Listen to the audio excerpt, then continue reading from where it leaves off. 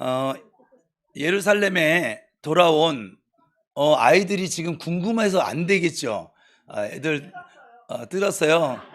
어, 디- 정말 옆에 지방 방송이 계속 나오고 있으니까 오늘은 아이들을 무슨 일 있어도 화내지 마세요. 너희들 밑에 내려가서 놀아라. 그냥 내려가서 다 뜯어, 다 뜯고 먹고 다 해. 그냥 어차피 니네 안 들을 거잖아. 예? 저기 애들 보내세요. 다 듣고 있어요? 알았어요. 냅두세요, 그러면. 알아서 하세요. 지방방송 계속해. 채널 열어. 난 굴하지 않는단다.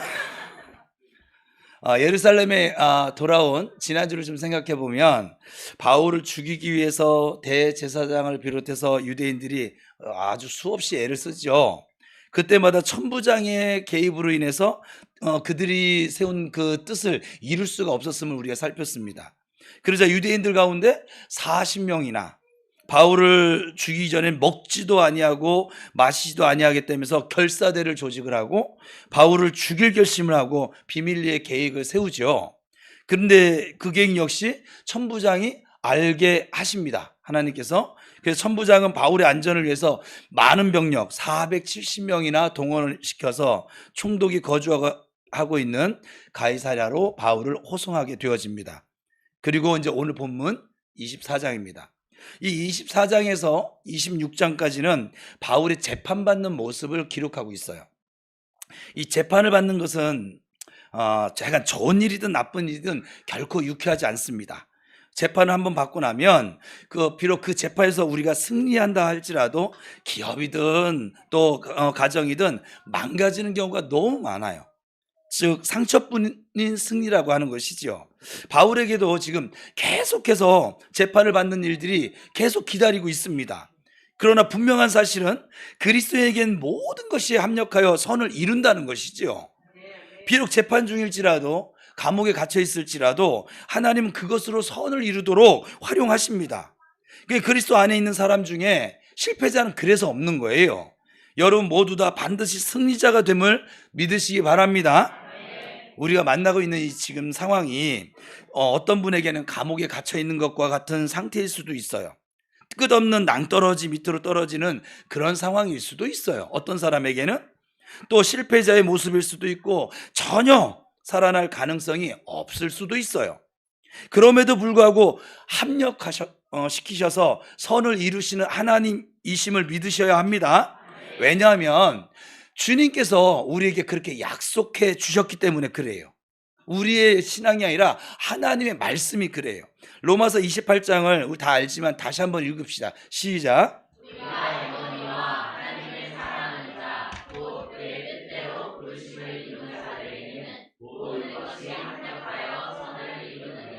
아멘. 조금만 당신 마이크를 조금만 좀 이렇게 가볍게 좀 해주세요. 지금 무거워요.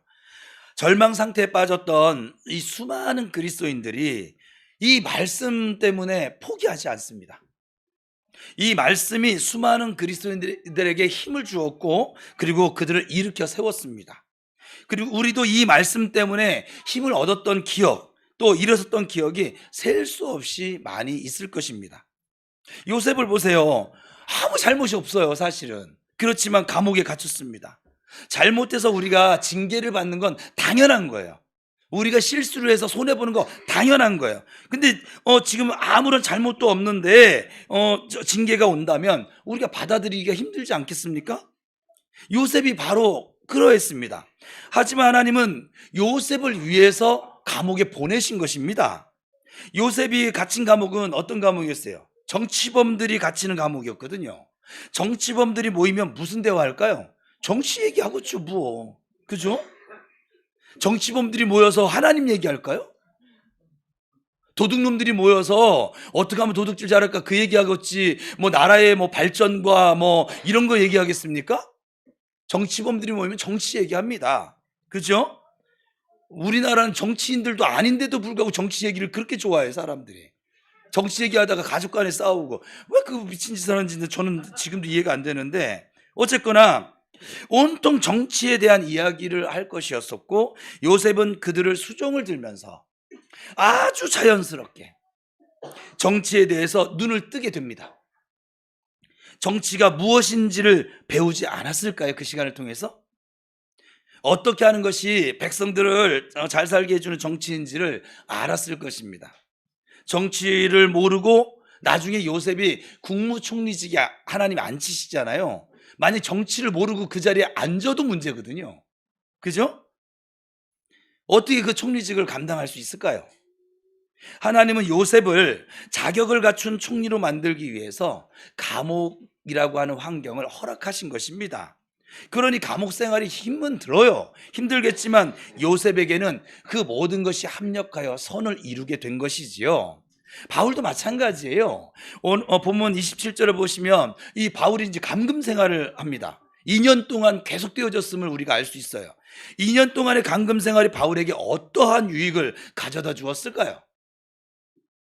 감금 생활은 결코 우리에게 유쾌하지 않아요. 그럼에도 불구하고 어떤 유익을 가져다 주었을까요?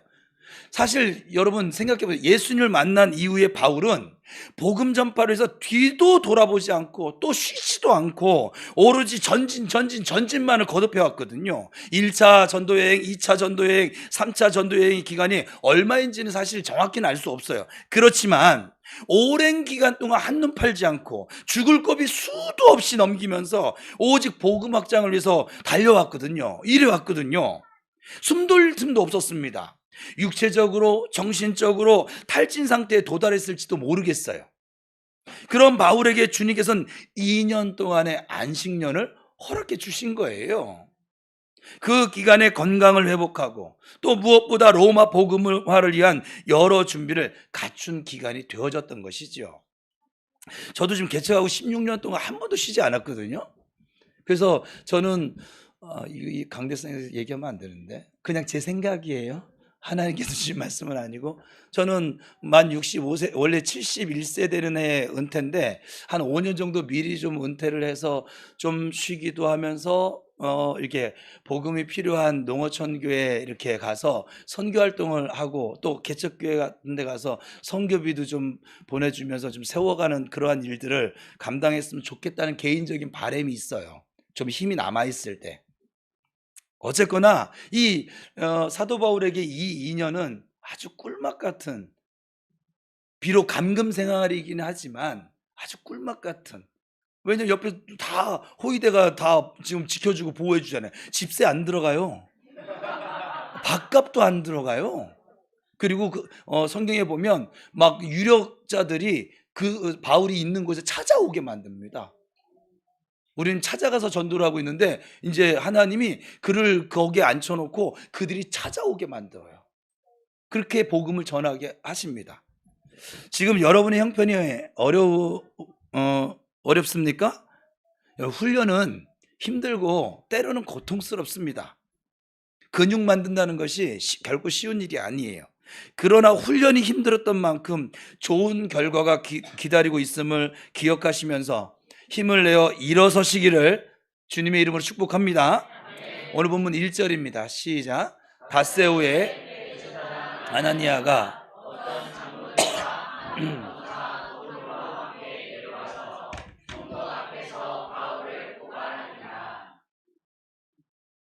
대제사장과 장로들이 가이사랴까지 쫓아와서 총독에게 바울을 고소합니다.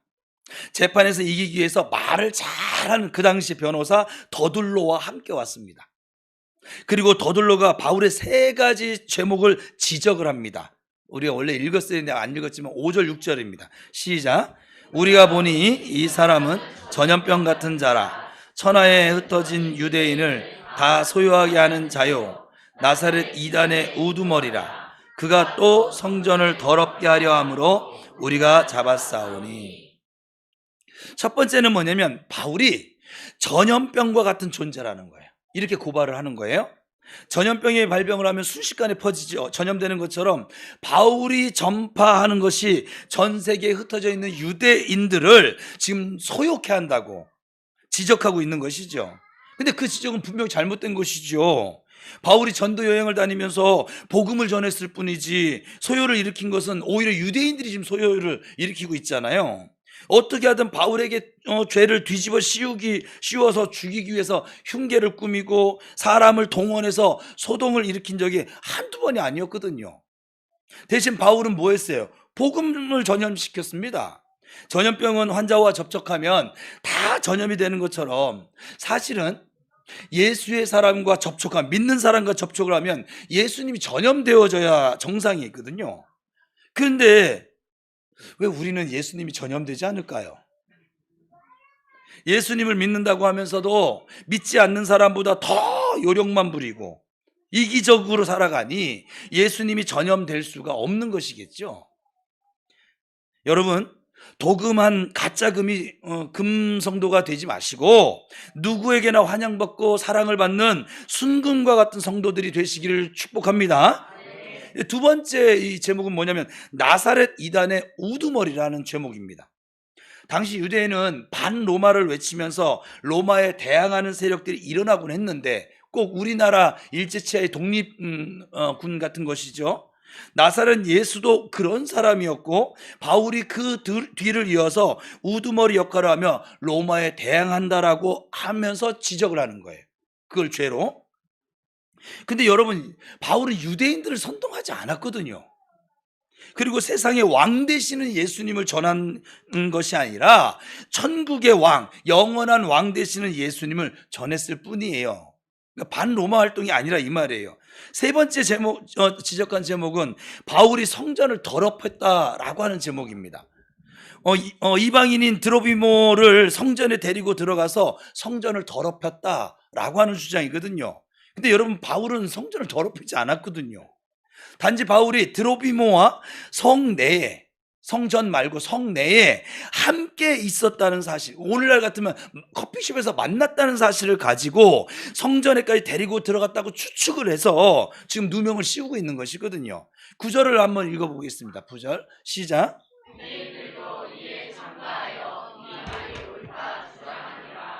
이게 모두 한 통속이에요. 한 사람 잡으려고. 한 통속이 되어져서 더둘로의 고소 내용이 옳다라고 지금 주장을 하고 있는 것이죠. 근데 그들의 주장은 모두 거짓입니다. 그들이 아무리 소리치며 옳다고 주장한다 할지라도 자신들의 양심, 그래 빨리 가,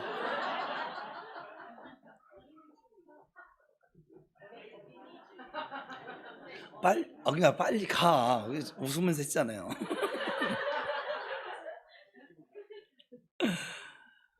여러분 보세요. 우리가 살아가면서 그런데 우리가 아무리 소리치며 자신이 옳다고 주장한다 할지라도 그거 아세요? 거짓을 말할 때는 자신들의 양심은 그 주장이 거짓인 것을 알거든요. 남들은 다 속일 수 있는데 누굴 못 속여요? 나를 못 속여요. 그래서 거짓말하는 건 사실 제일 먼저 나에게 피해를 주는 일이에요. 거짓말하는 순간부터 나는 위축이 되어지고 마귀의 공격을 받고, 그러니까 잠깐 손해를 보더라도 그냥 있는 그대로 얘기하시는 것이 가장 좋아요. 그러니 자신에게 이들이 그렇게 올가매면서 얼마나 부끄러웠을까. 우리는 나의 이익과 자존심을 위해서 양심에 부끄러운 행동하지 않게 되기를 축복합니다. 내가 큰 소리로 말을 하고 강하게 주장한다고 해서 거짓이 진리가 되어지고 진리가 거짓 되어지는 것은 아니에요. 이 땅의 모든 사람이 내 말을 다 믿어준다고 해도 내 양심이 거짓인 걸 알고 주장한다면 그건 거짓인 거예요. 설령 내 양심까지도 믿어준다 할지라도 하나님을 속일 수가 없어요. 하나님 앞에 늘 좀 진실하고 정직하게 살아갈 수 있기를 축복합니다. 10절에서 21절까지는 이제 바울의 변론에 대해서 기록되어져 있습니다. 우리가 읽은 본문인데, 바울은 이 더둘로가 고소한 세 가지 제목에 대해서 조목조목 해명함으로써 자신은 그런 죄가 없음을 입증을 합니다. 첫 번째는 전염병과 같은 존재가 되어 소요를 일으켰다는 것을 반박하죠. 11절에서 13절입니다. 본문 시작. 당신이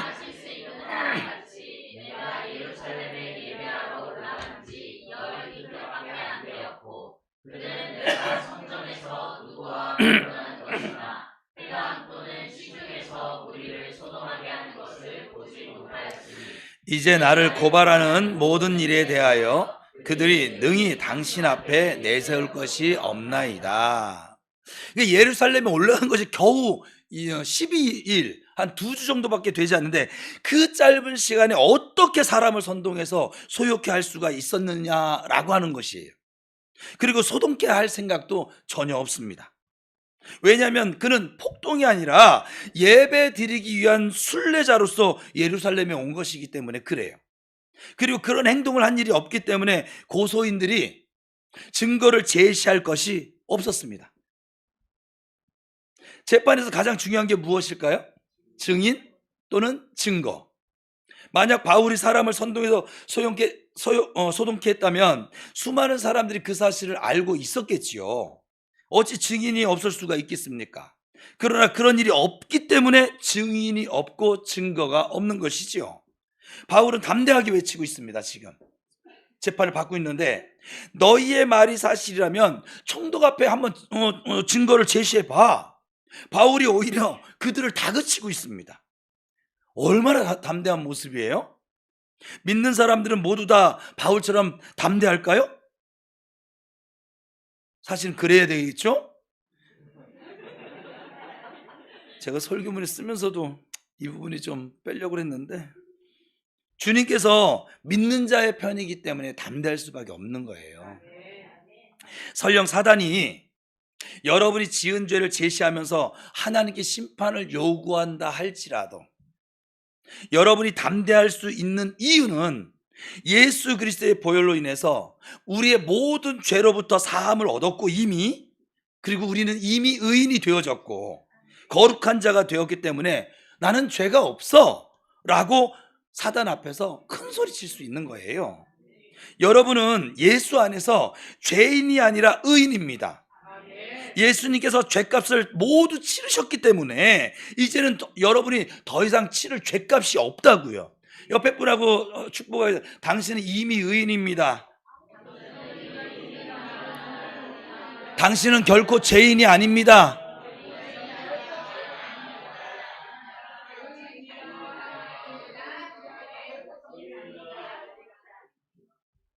그러니까 여러분 주눅들어 살지 말라고요.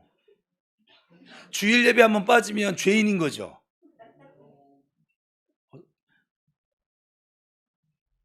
헌금 한번 안 하면 죄인인 거죠. 교회 봉사 안 하면 죄인이지요. 목사님 말씀에 순종 한번 안 하면 지옥 가죠. 제가 죄인이라고 하니까 여러분들이 그래서 지옥 가죠.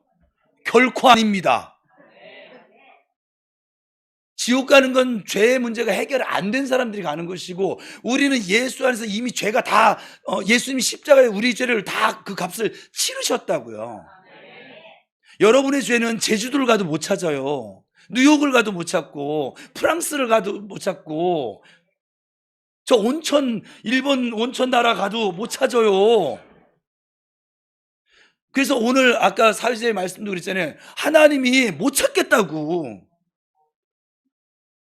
하나님이 못 찾겠다는데 근데 우리는 굉장히 잘 찾아요. 그죠? 참, 여러분은 그래서 성경을 알아야 되는 거예요. 하나님이 여러분에 대해서 뭐라고 얘기하냐면 여러분 죄인 취급하지 않아요. 죄는 있어요. 근데 그 죄에 예수님의 십자가 보혈로 다 덮어버렸어요. 그래서 하나님이 찾아보려니까는 그리스도의 보혈로 다 덮여져서 찾을 수 있다 없다? 없다는 거예요.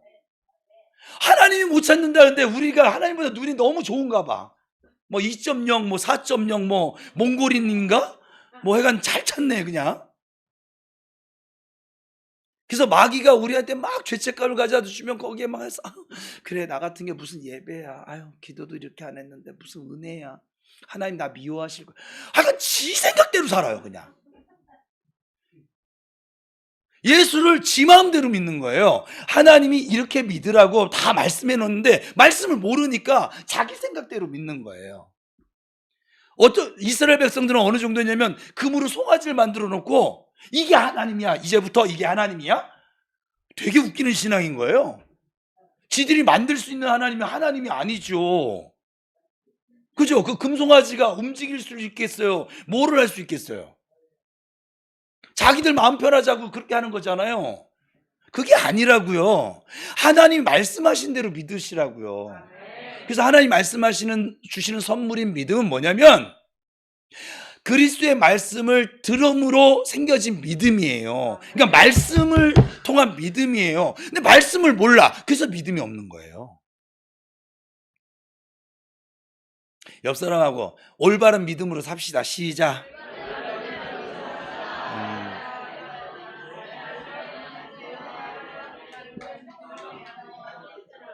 그러니까 교회를 30년 다니고 50년 다니면 뭐 할 건데요? 맨날 자기 생각으로 믿으니까 맨날 저 사단이 와가지고 죄책감 심어가지고 그래.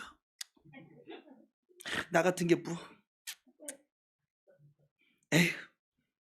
에휴, 난 교회하고 안 만나벼? 아주 그냥 되게 웃겨요. 아주 정말. 그렇게 믿으니까는 자유도 없어. 복음은 우리에게 자유를 주는, 그래서 기쁜 소식이거든요. 기쁜 소식이 아니라 슬픈 소식이야. 교회를 가면 갈수록 더 죄책감이, 목사님 말씀도 안 들어, 주일도 가끔가다 하여간 빠져야 돼. 하여간 이유는 많아. 봉사도 못 하겠어. 맨날 남이 하여간 다 해주는 것만 받기만 해야 되고, 아유 벼룩도 낯짝이지 어떻게. 아유 정말.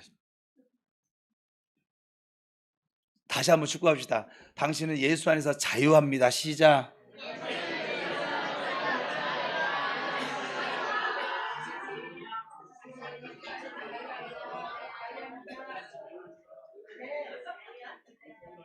자, 두 번째는 나사렛 이단의 괴수라는 제목에 대한 해명이었었어요. 오늘 본문 14절에서 16절입니다. 시작.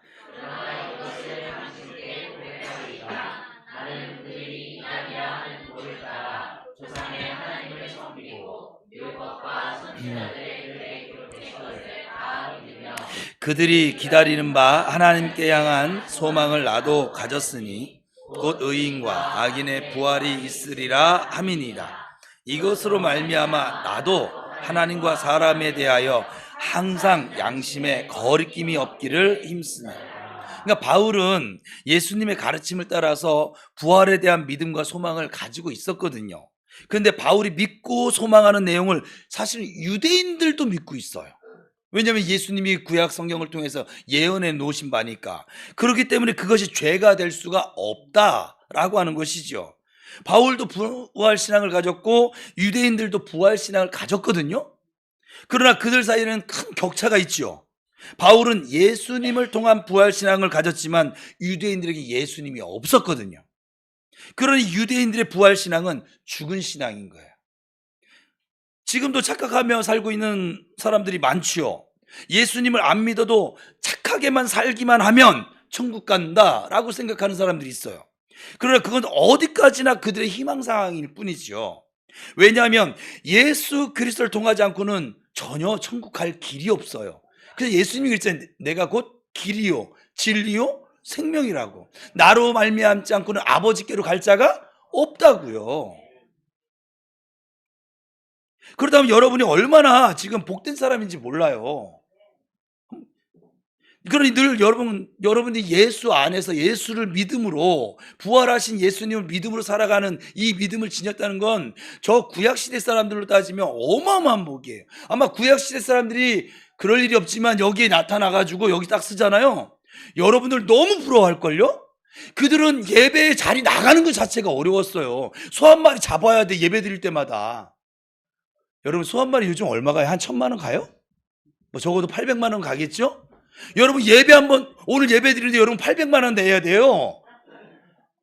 어제 우리 예혁이가요. 예혁이라 하면 요 키 큰 노래하는 찬양하는 청년인데 저 친구가 처음에 제 눈동자를 못 봤었어요. 우리 교회 왔을 때. 근데 어제 갔는데 쟤 때문에 제가 어제 잠을 못 잤어. 설레가지고.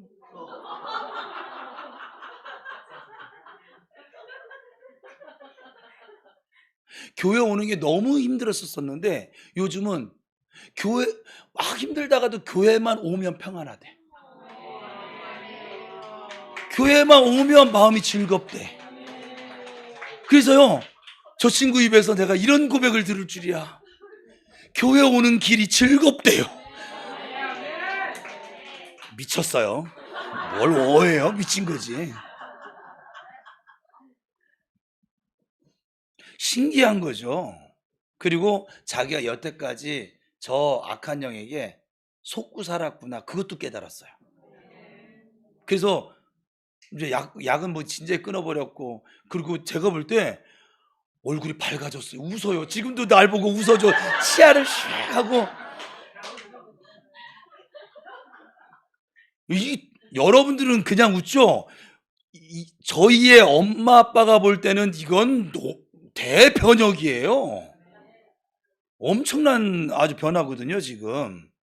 그러니까 주님이 그렇게 하신다 이 말이에요. 그러니까 부활 신앙을 가지고 살아가는 것이죠. 그러니까 여러분 늘 여러분이 예수 안에서 부활하신 예수님을 믿음으로 산다는 것이 복인 줄 믿으세요. 옆사람하고 축복하겠습니다. 당신은 이미 복을 받았습니다. 시작.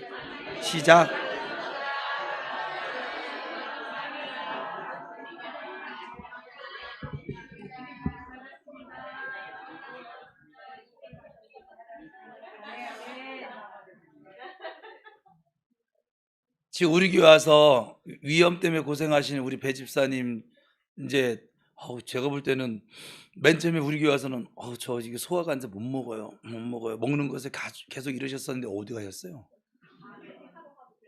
하루 밑에서 지금 영상으로 보시네요. 잠깐만 얘기할게요. 그러셨거든요. 근데 요즘 전도팀에도 오고요. 그리고 새가족 제자훈련도 받고 있고요. 수요예배, 토요기도회, 주일예배 다 빠지지 않고 나오고 계세요. 그러더니요,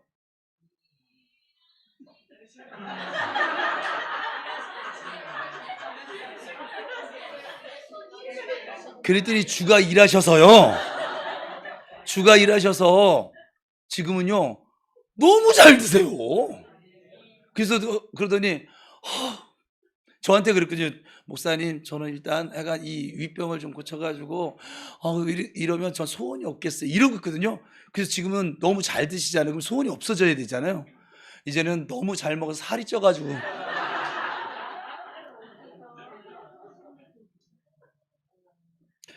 여러분 정말 부활하신 예수님 온전히 믿고 따라가잖아요. 여러분이 생각한 거하고 여러분 식대로 예수 믿는 거하고는 그건 다른 거예요. 말씀대로 예수를 믿잖아요. 말씀의 역사가 나타나요. 병든 자가 고침 받습니다. 하나님을 믿으세요, 제발. 여러분 생각을 믿지 말고 하나님을 믿으세요. 하나님이 말씀이에요. 말씀이 예수님이고, 이 말씀이신 예수님이 복음인 것이고, 바르게 예수 믿읍시다. 여러분 이미 복 받은 사람이에요. 그런 면에서. 세 번째 제목은 성전을 더럽혔다는 제목이라고 했잖아요. 거기에 대한 해명인데 17절에서 21절입니다. 시작.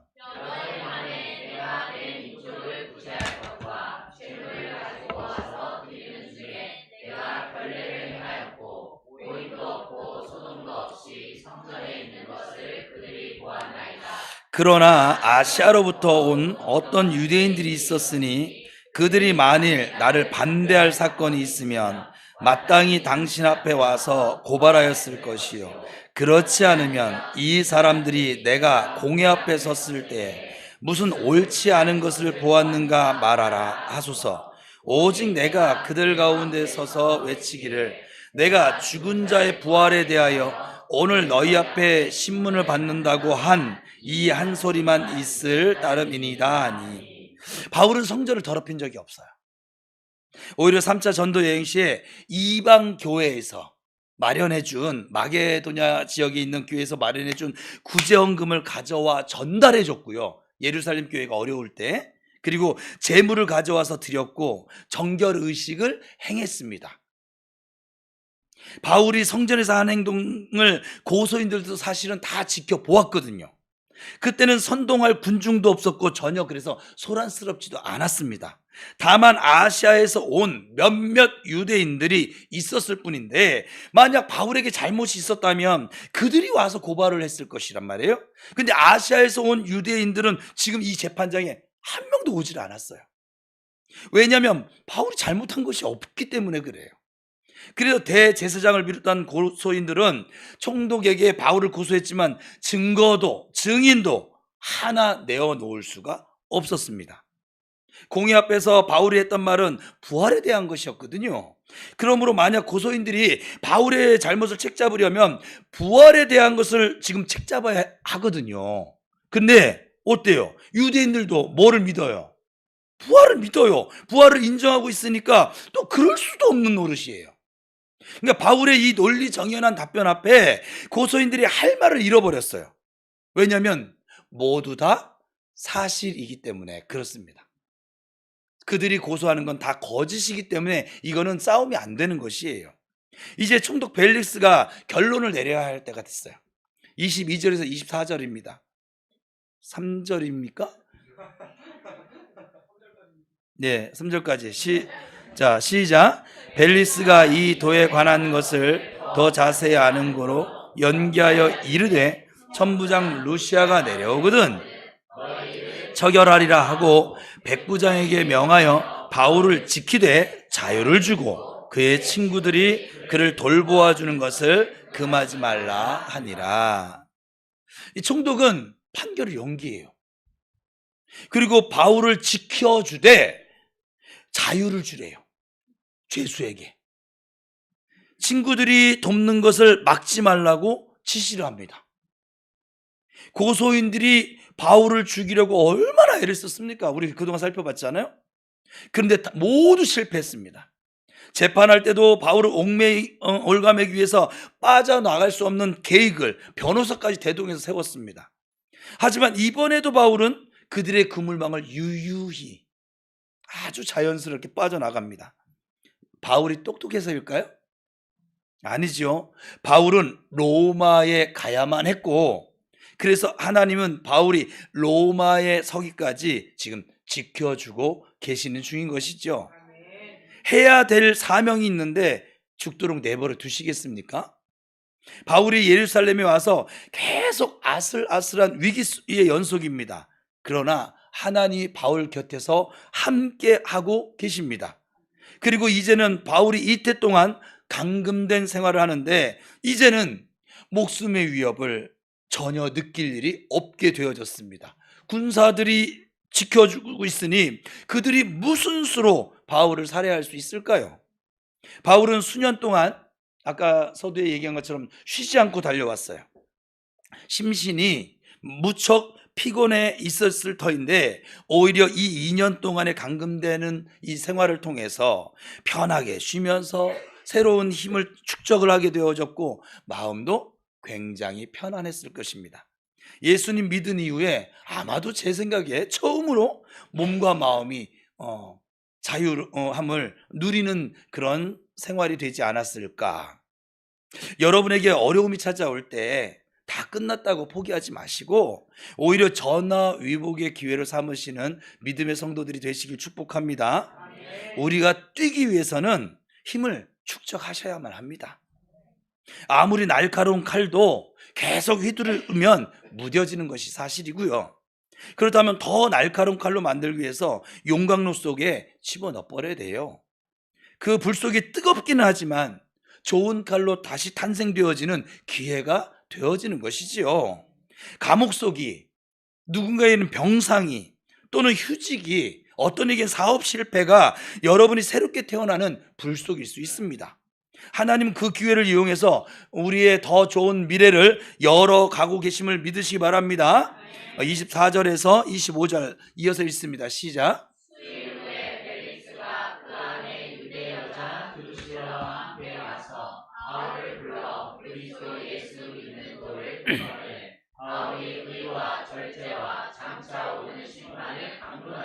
벨릭스가 두려워하여 대답하되 지금은 가라. 내가 틈이 있으면 너를 부르리라 하고.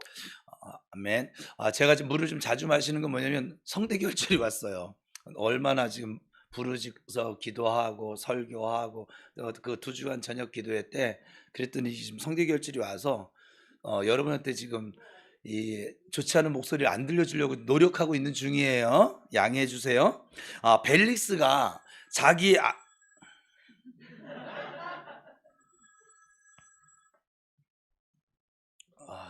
그럼요. 받을 건 다 받아야죠, 뭐. 예, 벨릭스가 자기 아내와 더불어 바울을 불러서 예수님과 믿음에 대해서 듣게 됩니다. 벨릭스는 지금 이방인 총독이에요. 바울은 그들에게 의와 절제와 심판을 전했고, 벨릭스가 두려워하여 바울을 보내면서 또 틈이 나면 다시 부르겠다라고 합니다. 이것도 참 신기한 일이에요. 벨릭스의 그러한 모습은 주어진 축복을 좀 놓친 것 같아서 너무 안타깝게 저는 느껴져요.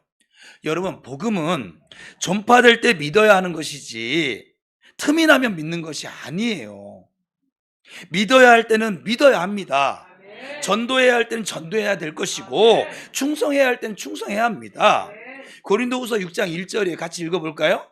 우리가 하나님께 함께 일하는 자로서 너희를 권하노니 하나님의 은혜를 받을 때요, 지금은 우리 교회가 지금 하늘문이 열리고 있어요. 쌓아두신 은혜가 풀어질 거란 말이에요. 이어서 호세아서 10장입니다. 같이 읽어봅니다. 시작. 너희가 자기를 위하여 공의를 심고 인애를 거두라. 너희 묵은 땅을 기경하라. 지금이 곧 여호와를 찾을 때니 마침내 여호와께서 오사 공의를 비처럼 너희에게 내리시리라. 지금이 곧 여호와를 찾을 때입니다. 여러분은 어떠세요? 지금 열심히 일하고 계십니까? 아니면 지금은 바쁘니까 나중에 틈이 나면 주의 일을 하겠다는 뭐 그런 생각이실까요? 아니면 돈 많이 벌고 후에 틈나면 열심히 해볼게요. 저는 이런 소리도 많이 들었거든요. 젊을 때는 세상 일 열심히 하고요, 나이가 든 뒤에 하나님의 일 열심히 해볼게요. 26절을 보세요. 총독은 바울에게서 돈을 받을까 하여 바울을 자주 불렀어요. 신앙에 대한 관심이 어느 정도는 있었어요, 이 벨릭스 총독이. 근데 지금은 싫어요. 왜? 그런데 돈에 대한 관심은 아주 크거든요. 그래서 돈 때문에 바울을 자주 불러댑니다. 왜냐면 자기 잘 봐달라고 이렇게 찔러줄까 해서. 벨릭스는 지금 물질과 신앙 사이에서 지금 고민하고 있는 거예요. 둘 다 한꺼번에 가질 수 있다면 얼마나 좋을까요? 근데 그것이 아니죠. 하나님이 먼저이고 재물이 나중이거든요. 왜냐하면 성경에서 예수님 말씀에 하나님과 재물을 겸하여 섬길 수 없다라고 주님 말씀하셨거든요. 근데 주님을 앞세우세요. 먼저 그의 나라와 의를 구해보세요. 그러면 영생도 얻고 이 땅에서의 복도 우리가 누리며 살 수 있는 줄 믿습니다. 그러나 재물을 먼저 택한다면 영생도 잃을 것이고, 그리고 재물도 잃게 될 것입니다. 27절을 보시면 총독 벨리스가 떠나고 베스도라고 하는 새로운 총독이 부임합니다. 그리고 다시는 성경에 벨릭스가 등장하지를 않습니다. 바울을 만났다라고 하는 것은 구원을 얻을 수 있는 아주 절호의 기회였고 은혜의 기회를 만났다는 것이거든요. 하지만 그 재물 욕심 때문에 영생을 뒤로 미룹니다. 그리고 그 결과는 영생을 영원히 잃어버리는 것이죠. 저는 여러분이 부평 우리 교회를 만나서 지금 함께 신앙생활하고 있는 것이 은혜와 복의 기회라고 저는 믿어요. 그러나 어떤 이는 오늘 본문의 이 벨릭스 총독처럼 다른 것에 관심이 많아. 이게 아닌 것은 신앙에도 관심이 있었다니까요. 관심이 있으면서도 이 믿음보다, 이 하나님의 말씀보다 다른 것에 너무 관심이 많아. 그래서 은혜의 기회를, 축복의 기회를, 성장하는 기회를 놓치며 살아가고 있지는 않은가 좀 생각해 보게 되더라고요, 오늘 본문 설교 준비하면서. 그래서 다시 한번 여러분에게 주의 이름으로 권면하고 축복합니다. 여러분에게 주어진 은혜의 기회, 축복의 기회를 믿음으로 잡으시고 우리 모두 함께 말씀과 기도 가운데 성장해 나아갑시다. 성도 여러분, 힘들고 고통스러우실까요? 아니면 실패 연속일까요? 오히려 오늘 말씀처럼 좋은 기회로 여기시기를 바랍니다. 지난주에 말씀을 우리가 함께 나눴던 것처럼 이 풍랑을 인해서, 이 문제를 인해서 더 빨리 감을 믿으시기를 축복합니다. 하나님께서 반드시 좋은 날을 주실 줄 믿습니다. 승리의 날을 만날 줄 믿습니다. 그리고 벨리스처럼 하나님보다 재물과 세상에 더 관심이 있으실까요? 지금은 열심히 못하지만 훗날에 때가 되면 반드시 열심히 할 것이라고 혹시 착각하는 생각 속에 살고 있습니까? 착각입니다. 틈이 나면 하나님의 일을 하는 것이 아니에요. 틈이 나면 예수를 믿는 게 아니에요. 가장 좋은 시절, 가장 좋은 시간, 가장 좋은 것, 가장 중요한 것을 하나님께 드리며 하나님을 섬기는 것이에요. 우리에게 가장 귀하고 좋은 시간은 바로 지금입니다. 주님은 오늘 우리에게 지금의 은혜를 말씀하고 계신 것이에요. 우리 모두 이 벨릭스의 실패를 교훈 삼아서 예수 안에서 우리 모두 믿음으로 성공자가 되실 수 있기를 축복합니다. 기도하겠습니다.